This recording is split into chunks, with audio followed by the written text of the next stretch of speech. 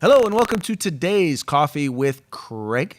This is where we talk about all different types of issues of the day relating to Second Amendment rights, and civil liberties. Today we're going to be talking about, well, today's the day to celebrate. Why are we celebrating? Because we are one justice closer to having a judiciary that fully understands individual rights and individual liberty. Of what am I speaking? I am speaking of the appointment of former Texas Supreme Court Justice Don Willett to the Fifth Circuit Court of Appeals. Now, this is an individual who has be known during his time on the Texas Supreme Court. He's been there since about 2005, but he's come to be known for a couple of different things. One of them is his real belief in limited government and his concerns over government overreach.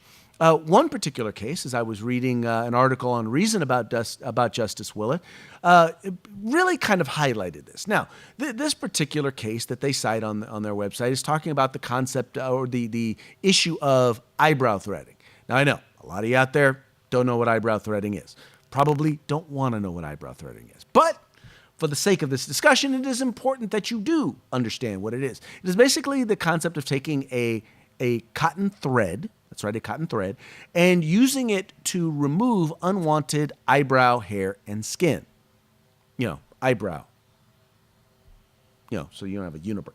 You guys get it. You get it now, right? Right. You may not do it, but I'm sure your girlfriends or your boyfriends, I'm sure somebody has this done. Anyway, the government decided that, this is something that, we ought to require a license. Meaning we ought to require a government tax and all of these restrictions on someone's ability to be able to do this. Well, in his opinion, disagreeing with this particular practice, Justice Willett wrote the following.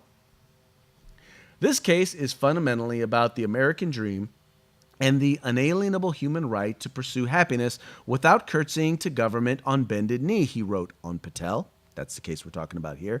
It is about whether government can connive with rent-seeking factions, that's those people seeking to get additional fees and taxes, to ration liberty unrestrained, and whether judges must submissively hold even to the most risible encroachments. Now, what encroachment is he talking about? Once again, that unreasonable control of government. The whole idea that we're going to require you, we're going to take away your rights, and then we're going to make you pay an additional fee in order to get those rights back. And by the way, when you get those rights back, they're not going to be your full rights. They're not going to be your inalienable rights. They're going to be a restricted, more toned down version of what your rights were as they were given to you by God. That's right. So I think that bodes very well for us as those who believe in the Second Amendment, who understand, while eyebrow threading may not be a constitutionally enumerated right, we do know that the right to keep and bear arms is a constitutionally protected right. And I think one of the reasons why this jurist is so effective in doing this is because, he's been known as someone who believes in direct contact with the people. He believes in making sure that people understand where he's coming from and where the judiciary is coming from. In fact, he did an interview kind of talking about, he's known as someone who's really active on Twitter, someone who makes sure to put information out there and talk, and really kind of what, as he likes to say, demystify the judiciary. So actually, he had a great interview that I thought you guys would like to check out. He's gained a reputation as one of the most active judicial tweeters in the nation. The lively and often funny Twitter feed of Texas Supreme Court Justice Don Willett revealing what judges may be thinking when they're not behind the bench.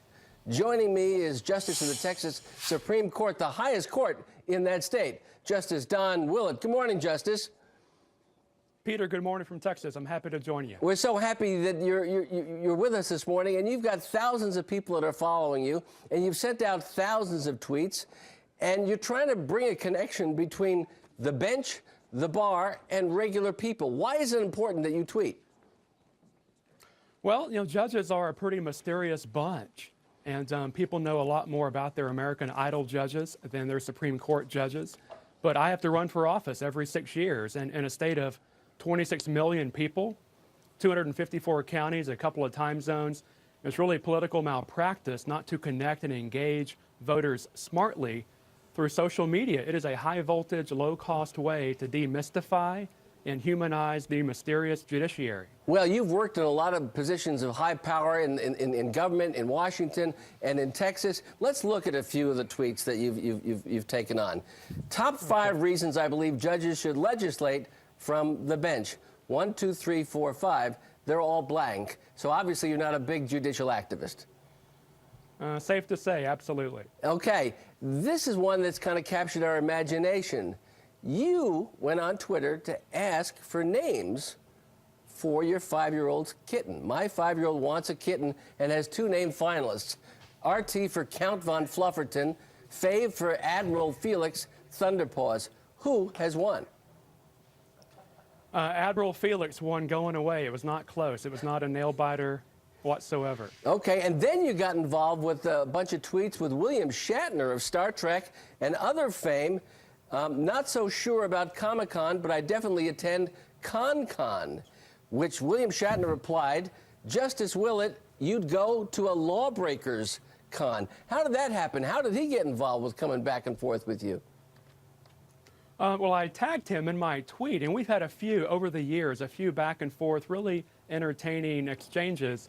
And I tell you, when you get a shout out or a tweet out from Captain Kirk, that gives you some intergalactic street cred. And I think he appreciates me that I boldly go where no judge has gone before. Well, I think you have Justice Don Willett. Thank you for bringing the people closer to justice in the state of Texas. I think it's wonderful. And as a practicing lawyer here in New York, I appreciate it, and I'd love to see even more of it. Justice Willett, thanks for being with us.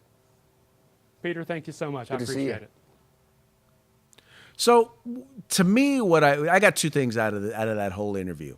The first thing was that, all right, first of all, here's someone who doesn't take himself too seriously. I believe he takes what he does seriously as a justice, but I also believe that he doesn't take himself too seriously. And I believe too often we have justices who, I think take themselves a little too seriously.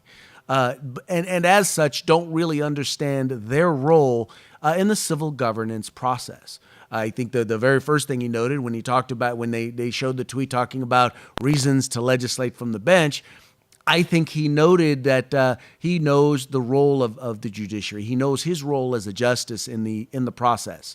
And that's important because one of the issues that we have right now is that we have a lot of justices who don't understand their role in the process. They believe that their job is to, in fact, legislate from the bench. And I think that's, once again, that's the other thing that I think that we picked up from this particular thing is that, once again, he understands that's not his job. His job is to read the Constitution, read the law, and interpret the law as the Constitution applies, as the Constitution would apply to it. And that's really it. And because I think all of us believe that if you believe the Constitution, if you follow the Constitution, well, then guess what? Individual rights and individual liberty will reign supreme. Anyway, so once again, I think we have a lot to celebrate. I hope we can get some justices like this individual on the 9th Circuit, where I live, or in some of our other more out-of-control circuits. So, hey, one can always pray and hope. Anyway, that's going to be it for today's Coffee with Craig. Thank you so much for tuning in. Please make sure to stay a part of the fight for civil rights. Got to use them, or we're going to lose them. If you like our videos, follow, subscribe, like, and share.